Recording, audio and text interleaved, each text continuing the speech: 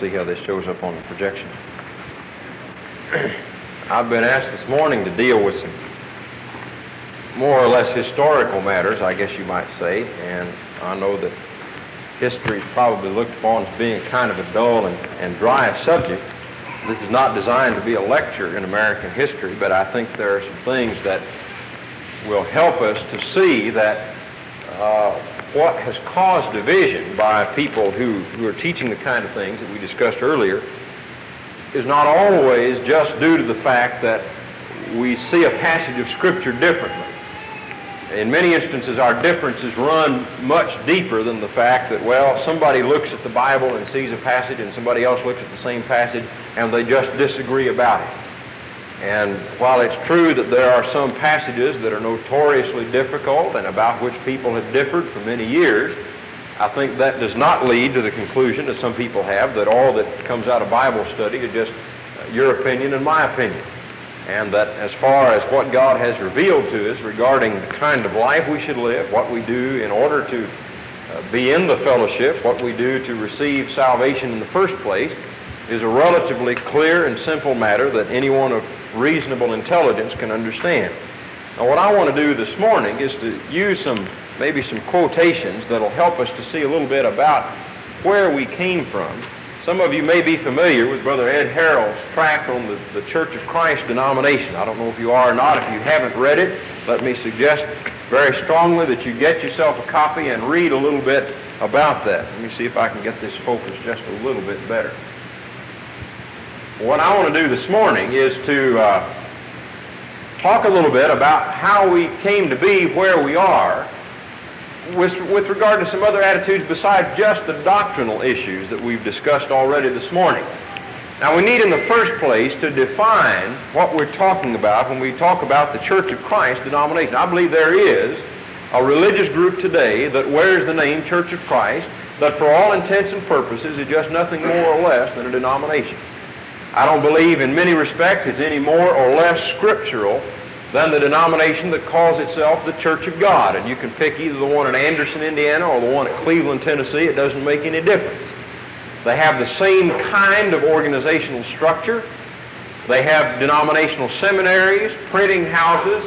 They have places where if a man wants to go to preach, he has to go through the clearinghouse at David Lipscomb College, and you put your name on file down there, and they'll match you up with the church. They've started that program the last 3 or 4 years. And in many respects, what some of our brethren are doing in the liberal churches, nothing more nor less than what denominations have been doing for these many years. The fact that they may wear a scriptural name does not make them any more or less scriptural than the Church of God, which is also a scriptural name, but which I think we understand is also a denomination. It's kind of like the old parable, you know, that President Abraham Lincoln is supposed to have been so fond of. If you call a dog's tail a leg, does that mean a dog has 5 legs? Well, the answer to that is no, because just simply calling its tail a leg doesn't make it a leg. You can call it whatever you want to, and that doesn't make it anything more or less than tail. Now, you can call something the Church of God or the Church of Christ. That doesn't necessarily make it so. It's a scriptural name, to be sure, but there's a whole lot more that goes into it than just putting up a sign. You can put up a sign out in front of a building that blinks on and off in red, white, and blue 24 hours a day, shoots up fireworks at midnight. It says Church of Christ on it. That doesn't mean that whatever goes on in the building is just automatically what the Bible teaches. Now, when we talk about a denomination, there are a lot of different ways in which that word can be used. We're going to be using the words sect and denomination this morning in a little bit different way than we sometimes hear them used. Normally, we use the words sect and denomination interchangeably, but in the history and the sociology of religion, there are some special definitions to these words. If you can see the projection transparency, characteristics of a sect are those who believe that they have the truth. They believe that they constitute the church, morally strict, usually, belief in an otherworldliness, that is, the belief that what happens to you in this life, whatever it may be, is not nearly so important as what happens to you in the next life. And they have a tendency, it is not always true, but they have a tendency to be composed of poorer people who are not so well off, not so comfortable and complacent in this life. Now, to these religious historians and sociologists who have written a rather large and well-defined body of literature, the characteristics of a denomination or a church are really the opposite of that. A church or a denomination would be somebody who is less dogmatic. They're more tolerant of other churches. They accept the relative moral standards of society. There's a good illustration of this. 10 years ago, the United Methodist Church was on record as opposing homosexuality, the gay movement. And they've now changed now, and other denominations like that. I think the United Presbyterian Church also has, to the point now that they'll not only accept members, but even some of their preachers. It doesn't matter to them, at least theoretically, whether or not that may be their sexual preference. And the reason they made that change is not because God's law about it changed, but society's relative moral standards changed. It's more acceptable today to come out of the closet, I guess the phrase is now, and admit that, you may be that sort of thing, than it was 10 or 15 years ago. And churches have adopted the relative moral standards of society. Now, they also, usually more interested in this world, have what we call a social gospel type emphasis. They're less fervent and more sophisticated in their religion. Everything should be sort of sedate and refined. They have a tendency to appeal to complacent or self-satisfied people who are basically satisfied with the kind of condition that they find themselves in. Now, a dominant and recurring theme in American religious history is what's called the sect-to-denomination process. That is, a group which starts out as a sect, or with this kind of emphasis, over a period of time becomes one which has this kind of emphasis. They change from a belief that they have the truth and that they're the church to a kind of attitude that says, well, we're one of a number of churches. And you really take your pick, worship at the church of your choice. You don't have to be so morally strict. Really, it's as important what happens to you in this life as it is whether you go to heaven, if there is a heaven, or avoid hell if there is a hell. Now, this process usually takes 2 or 3 generations. The old faith of the forefathers is often rejected by those who consider themselves as more modern or sophisticated, usually a little bit more educated than their parents or grandparents were. Often, a division occurs where there will be a small minority which remains faithful to the original concept. Then what happens to that is that after another 2 or 3 generations, the process repeats itself. And even that small group that remained faithful to the original concept, they'll grow and become more sophisticated and educated and so forth, and eventually split. Now, let's talk a little bit about that. I've got some quotations here that I'm not going to burden you with reading that just illustrate from the literature of what some people who have studied this problem have said about it. But to quote from Brother Harrell's tract under point number 3 here, the sect-to-denomination process, which is so recurrent in American religious history, is an easily understood phenomenon. A religious group that begins as the fervent offspring of poor but honest people can change quite decisively in a few generations' time. The successful children and grandchildren and great-grandchildren who have far exceeded their forebears financially, educationally, and socially are not likely to want the same kind of worship, the same kind of gospel that their ancestors loved. So they change the church. The denomination is the type of religious expression that suits their sociological and psychological needs. Now, let me just say again, for the benefit of those of you who may be wondering about the use of these terms, that these are somewhat different kinds of definitions than we normally hear. Normally, you'll hear a preacher preach, and, to be sectarian is the same as being a denominational person, and both of them equal digression. And if you listen to me preach very long, you'd find that I normally use those terms in that same sense. I believe that to be sectarian is wrong in the kind of sense we normally use it. I believe that to be a member of a denomination of anything other than the New Testament church is wrong, and that anything else is digression from the truth. And I believe we need to be morally absolute in our conduct with regard to what the Bible teaches. I believe that what happens to a person in this life, as important as that may be, is not nearly so important and pales by comparison to where he's going to spend eternity. But you see, the point is, somebody who come out here from the University of Louisville or from some other institution who is a sociologist of religion, and he would hear me preach or say just what I've said, and he'd say, aha, that fellow's a sectarian. See, he has a sectarian emphasis, as opposed to, say, if he went down the street to the Methodist church and heard a sermon on saving the Florida alligator or some other great ecological theme or what have you, he would say, now that fella is really has more of a denominational emphasis. Well, one is under no obligation to accept this terminology. I'm not a member of a sect, but I'm a member of the Lord's church. But to a religious historian, that very statement would betray the fact that to him, I'm a member of a sect. Now, really what we're talking about is how you use terms and words. I don't particularly like the word nincompoop. You can go look that up in the dictionary if you're interested in that. But if you define that word to mean somebody who's 6 feet tall and brown hair and brown eyes and handsome and intelligent, why, you know, I'll own up to the definition of that word in that way if you want to define it to mean that. And I may not like the term, but it kind of depends on what you mean when you talk about it. Now, the word sect in the New Testament is used in a number of ways, and without reading through all of these passages, it's used by Luke by inspiration of different religious groups. And then in the 24th chapter in verse 14 in the book of Acts, it's used by Paul in an accommodative sense of Christianity. He said, of the way which they call a sect, so serve I the God of my fathers. And that's really the only way that we're using it, in the way that they, somebody in religion or the sociology of religion, would call a sect. That's really what we're talking about. And again, I noticed that calling something a certain name does not necessarily make it so. Now, let me just share with you an idea to give you some idea of what we're talking about by looking at a page or 2 pages from a book written by this fellow's not a member of the church. He's a religious sociologist, I think dead now, but taught for many years at Yale University, and wrote a book in which he analyzed in a certain community how groups moved from a sect to a denomination. And he noticed that over a period of time they moved from economic poverty to economic wealth, as that was disclosed in the value of church property and in salary paid to ministers.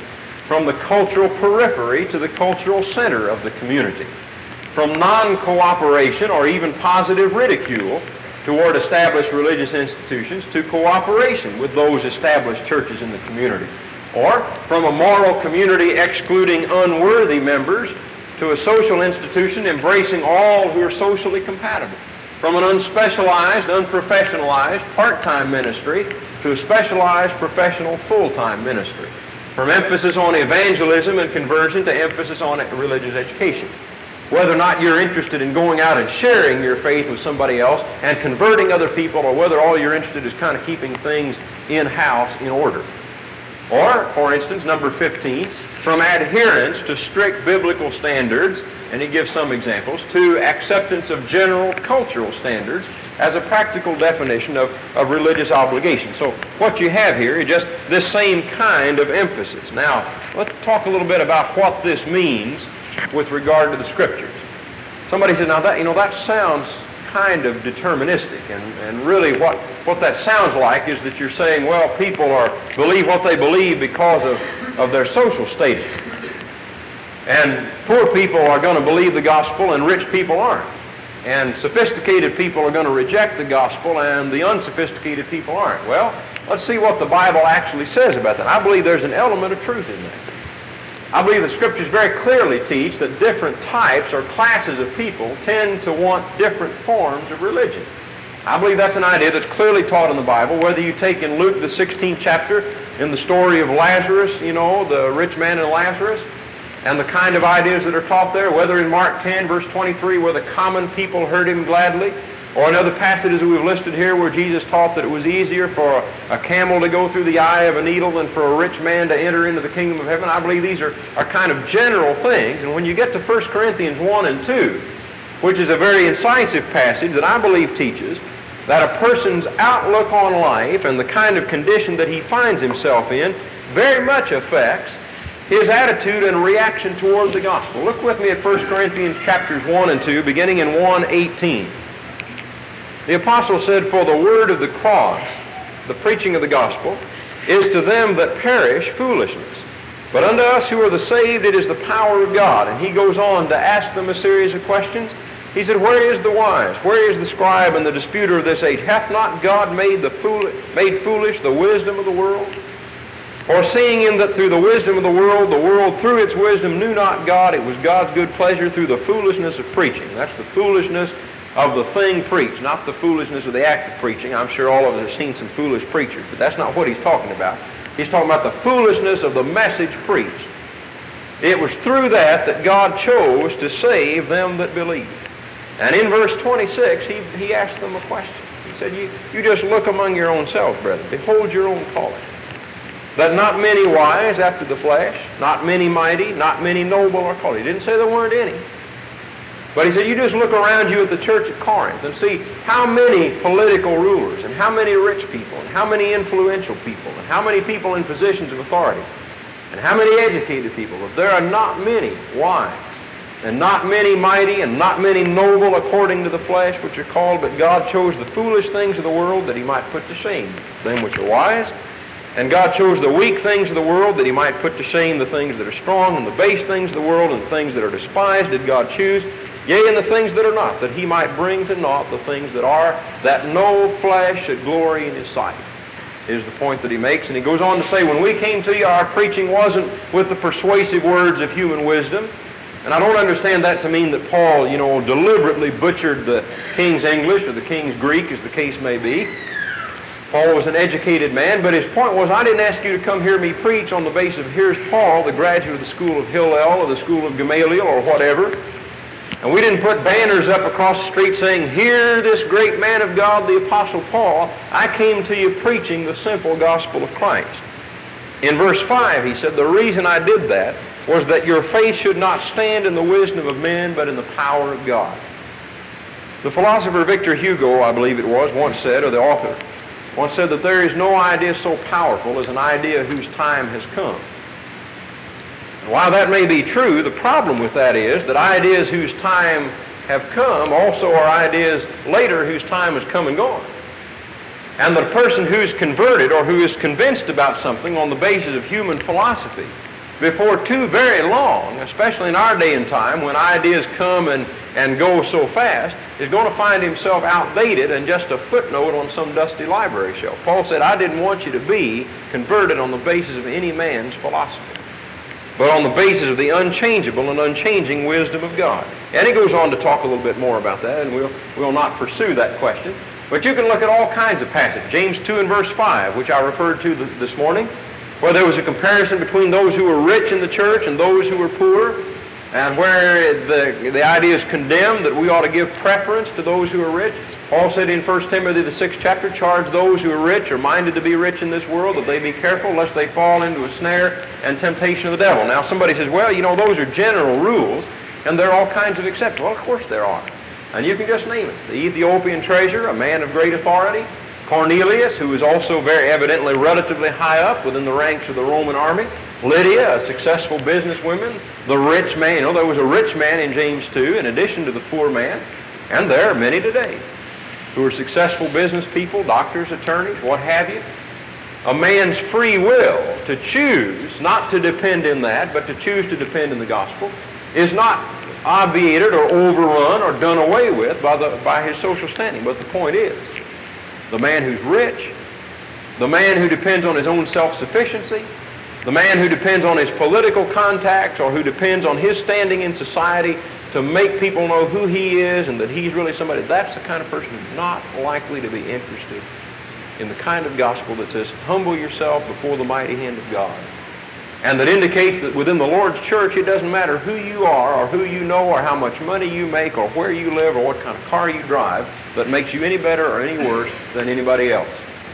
Now, how does this apply to where we are today, to all these divisions which have occurred over instrumental music and institutionalism and things like that? Is this just a case of people happen to get together and to disagree about what the Bible teaches in Ephesians 5 about singing, or we disagree what 2 Corinthians 10 teaches about how these individuals made up the support for these poor individuals in Jerusalem? We just have different ideas about that, or is there something else that's involved in it? Well, let's look at the basic division. The Christian churches, and really, as I've tried to indicate by the use of the crayon here, there's really a three-way division in the split between Christian churches and churches of Christ. A lot of people think of it as a two-way split. That you have the Christian church and the Church of Christ. Actually, there was a three-way split. There was a split early, which was recorded by the census in 1906 that the government took. And we want to notice that the division didn't occur in 1906. It was just a reflection of what had been going on for 50 years before that. But finally, the government finally gets around to recording the obvious. And in 1906, they finally got around to recording the fact that there was a large difference between Christian churches and churches of Christ. Within the next quarter century after that, there was a split between Christian churches into two groups, a more liberal group, who were sometimes styled cooperatives, calling themselves disciples of Christ, and functioning through the International Convention of Christian Churches. This group restructured itself in 1968 in their convention in Kansas City, now has a number of denominational boards and agencies in their headquarters in Indianapolis. The independent Christian churches, sometimes called the conservative Christian churches, who operate through the North American Christian Convention, has I guess you'd say, a headquarters of sorts in Cincinnati. So really, there were three main divisions. The independent or conservative Christian churches, in many respects, remain conservative about a number of biblical issues. In fact, I know of several, and some of you may have had the same experience of really meeting people in Christian churches, conservative Christian churches, who are really closer to what the Bible teaches than some of our brethren in liberal churches, because we've got some brethren now in liberal churches who deny the inspiration of the Bible and have written articles in official publications put out by boards of directors overseen by people teaching on colleges and Church of Christ, not just some out-of-the-way publications, but in publications like Mission Magazine, which is run by a board of directors containing most of the Bible faculty at Abilene Christian University and Pepperdine University, colleges supported by Church of Christ, and that periodical has carried several articles by so-called gospel preachers denying the inspiration of the Bible. Well, there are very few, even in the independent Christian churches, who would go that far. Now, they've retained a basic kind of conservatism, but our point here is that really there was a three-way split. Now, when you begin to look at the government statistics that they gathered, it's very interesting to notice how this split occurred.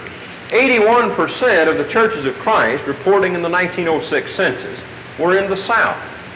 The only northern state with more than 5,000 members was the state of Indiana, and most of the members there were in southern Indiana in counties populated mostly by people from Tennessee and Kentucky and Georgia and Alabama, and people who had moved up from the South to those counties. Now, that would be interesting, but on the other hand, when you look at the opposite statistic, 86% of the Christian churches were outside the South. So you've got a clear north and south break here, and if you're wondering what that means, well, we'll talk about that in just a minute, but you can go to some of the periodical writing and document that sort of thing. I'm not going to read all of these to you. Normally, I have things like this printed up to pass out to the audience, and I ran out. I've been using this in my meetings some, and I just didn't have enough to bring this morning. But look at point D, for instance, a quotation from T.R. Burnett, who's a Christian Texas preacher in the Christian Evangelist of 1892. He said, "We know that the doctrine advocated by them," and by them he meant the Christian Standard writers who were pushing the instrumental music and so forth, the missionary society. "We know that the doctrine advocated by them comes from the north.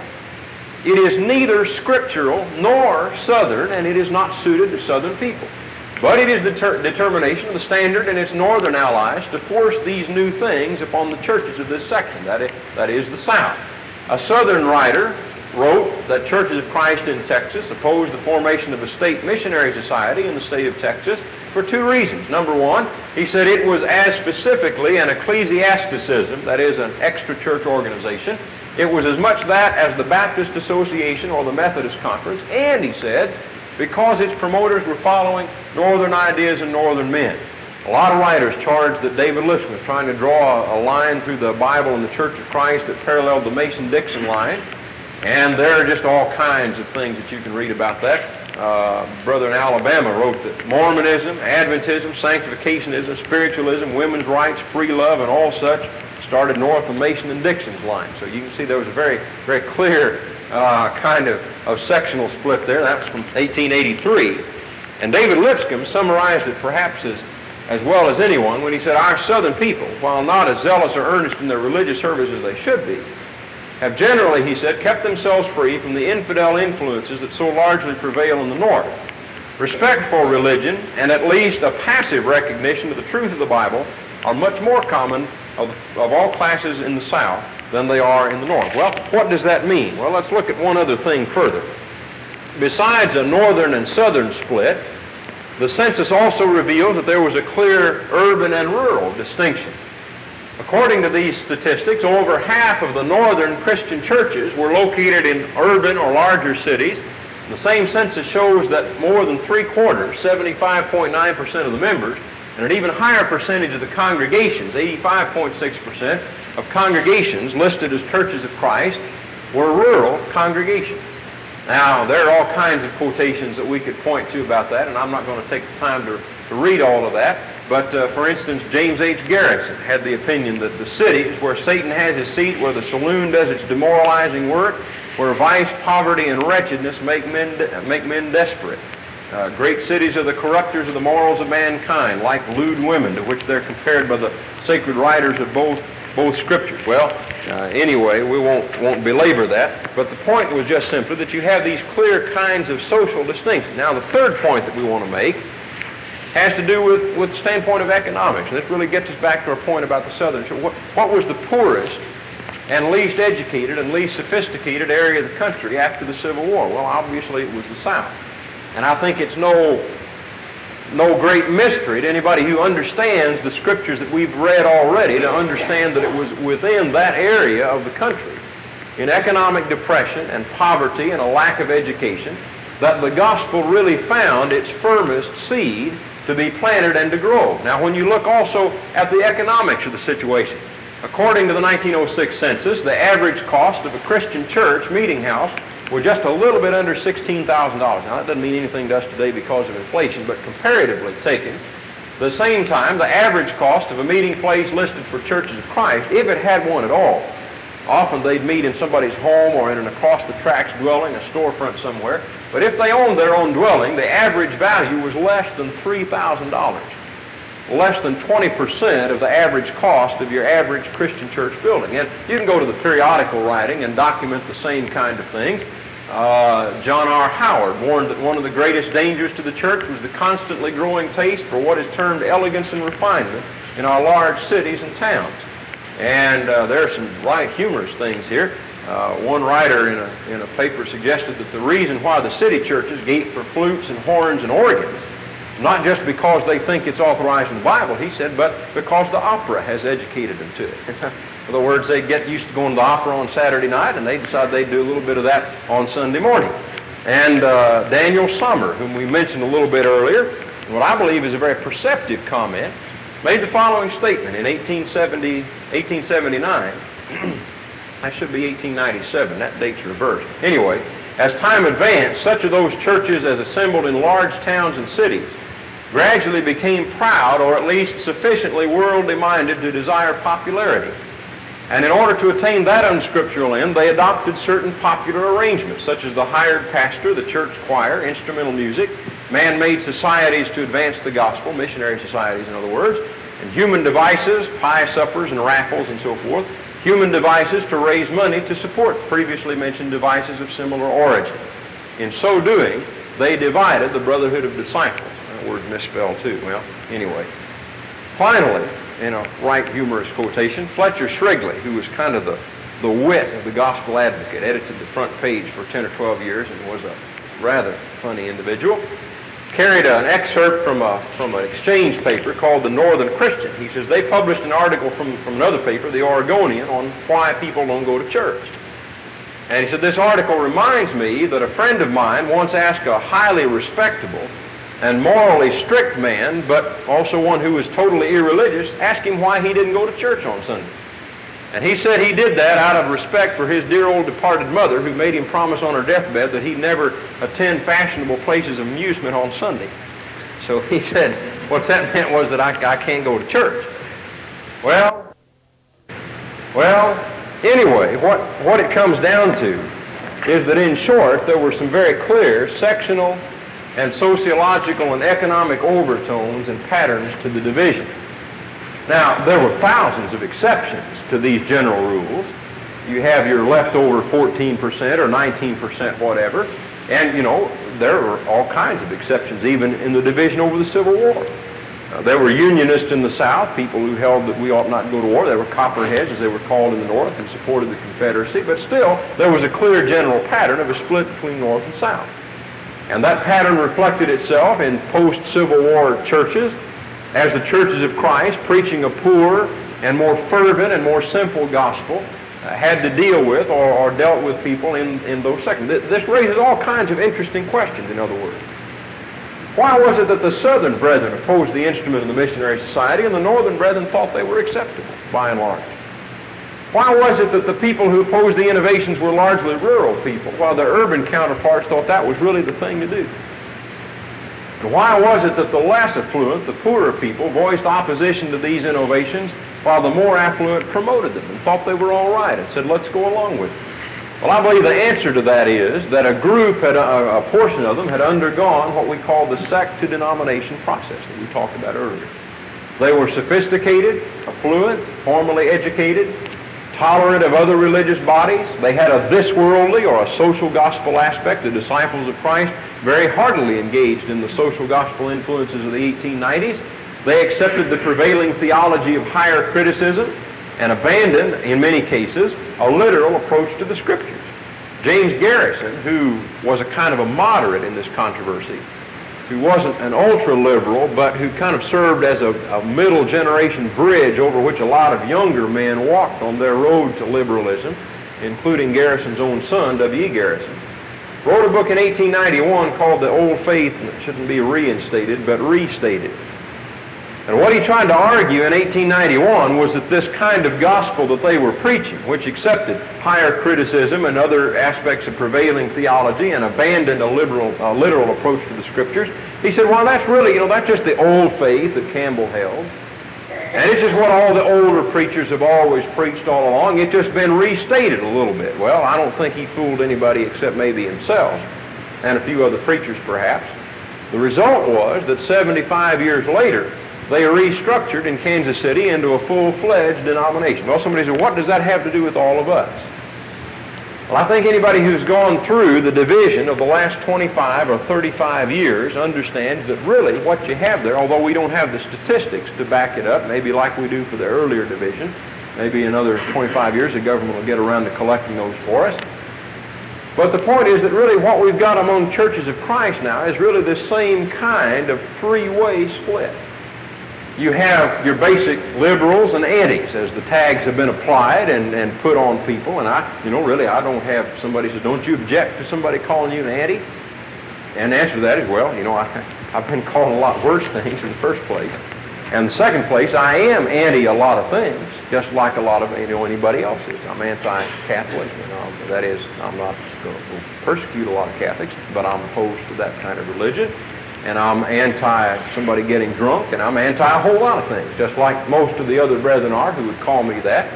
But among those who are liberals, and I think that's also a useful kind of designation, those who have a liberal attitude toward the Bible, who would argue that after all we can do a lot of things that we don't have any authority for. Among the liberal brethren, you're seeing now this breaking apart as you did among the disciples before the turn of the century, into ultra-liberals or modernists, and then into a kind of a moderate or institutional. A lot of brethren like that. There are a lot of people who have become among the liberal camps. Ira Rice, some of you may know Brother Rice or know of him. In his paper about 2 months ago, he carried an editorial in which he said, really, with so many of the people in churches of Christ getting so liberal and so modernistic, he said, maybe we ought to look at the antis again and see if we can't get back together with them.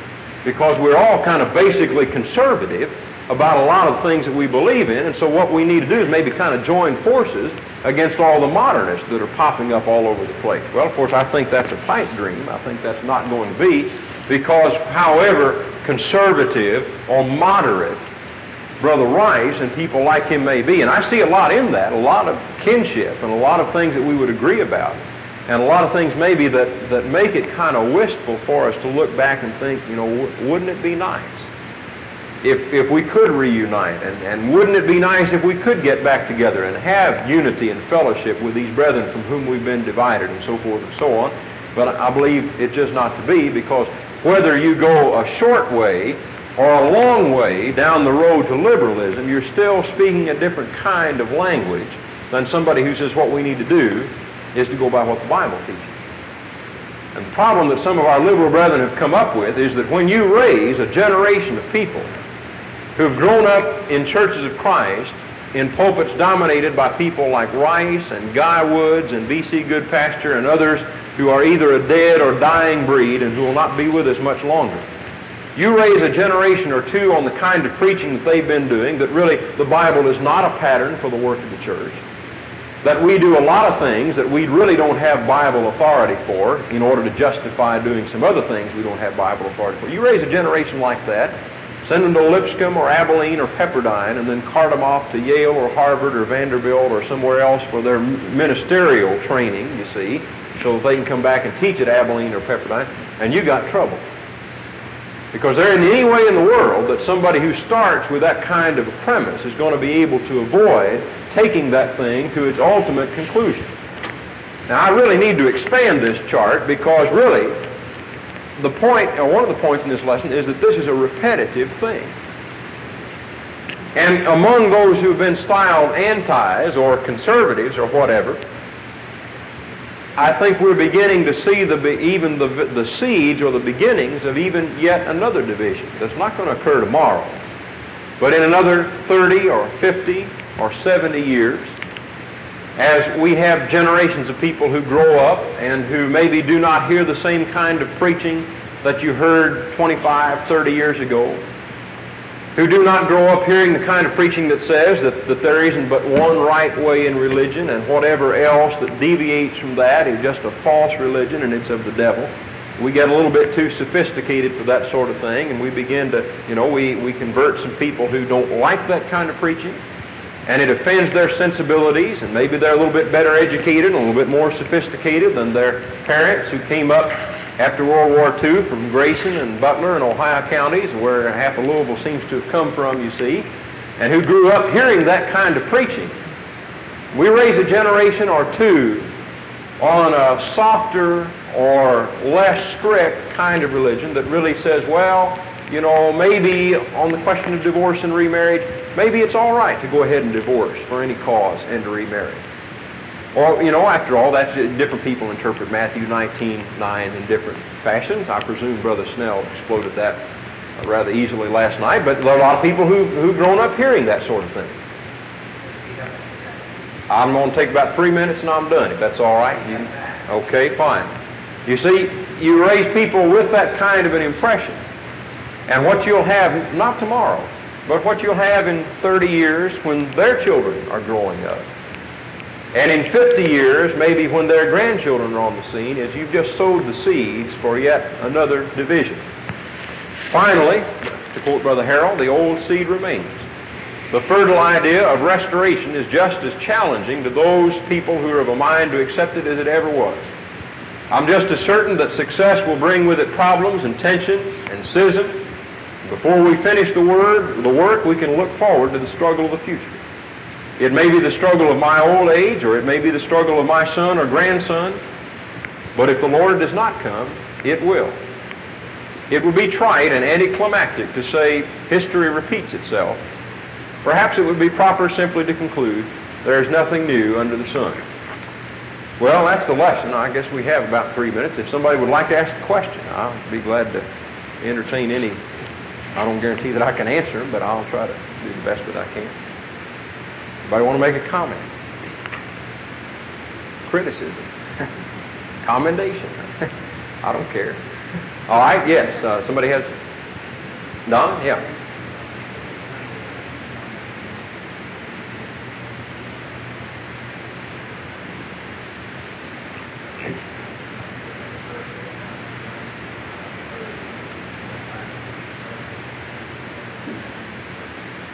Well, yeah, I think in society generally we're seeing a kind of a swing of the cycle back more to a conservatism of the 50s, and what will happen is that as that pendulum will swing that way for a while, and then in another 10 or 15 years it'll come back, and that may not bring with it an ultimate division. Like I think really of the kind of in the 1920s you had a very libertarian viewpoint, at least compared to, you have 3 or 4 basic periods. Your 1890s, your 1920s, your 1960s in American history are generally your terms of social revolution, periods either during or following a war.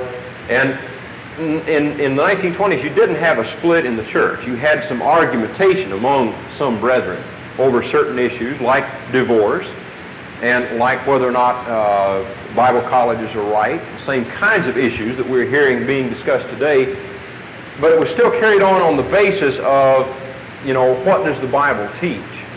So that while there were some scattered divisions, and I think we're seeing kind of the same sort of thing today, there was no major or large-scale division. But a generation later, you see, in the 1950s and then 60s especially, when you begin to get this kind of libertarian outlook, then you have a full-scale division. So I think probably for the next 10 or 15 years, things will continue sort of as they are. I mean, we're kind of in I say that's one of the signs of this developing, is a kind of a developing of a we consciousness. We think in terms of the conservative brotherhood. And we, in that sense, are kind of, I guess, in the doldrums now. I see this, and I've talked with other preachers who travel more than I do. And we're in a period now where, conservative churches are building new buildings and, are really doing right well from an economic standpoint. And not so much have the flavor of meeting on the wrong side of the tracks and, meeting in an old rundown building or something like that. And we're also now beginning to get into a period where we're not converting so many people as we used to. We're not baptizing as many people maybe as 10 or 15 years. Isn't that right? Some of you who kind of see things general, those of you who are elders. We're more concerned maybe with teaching our children. And that, of course, that was one of the things that the sociologists talk about, is this shift from evangelizing and taking your faith outside of the church to making sure that your children grow up in faith. Leonard?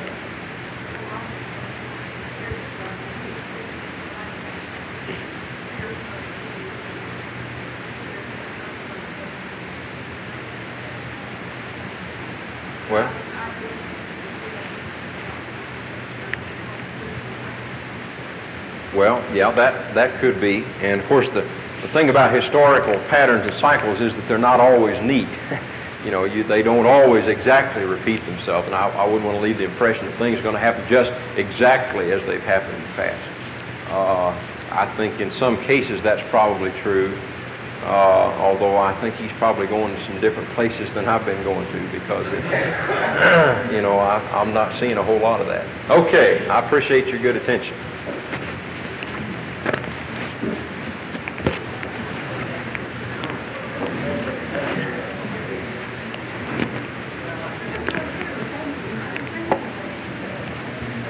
Is that right? Well,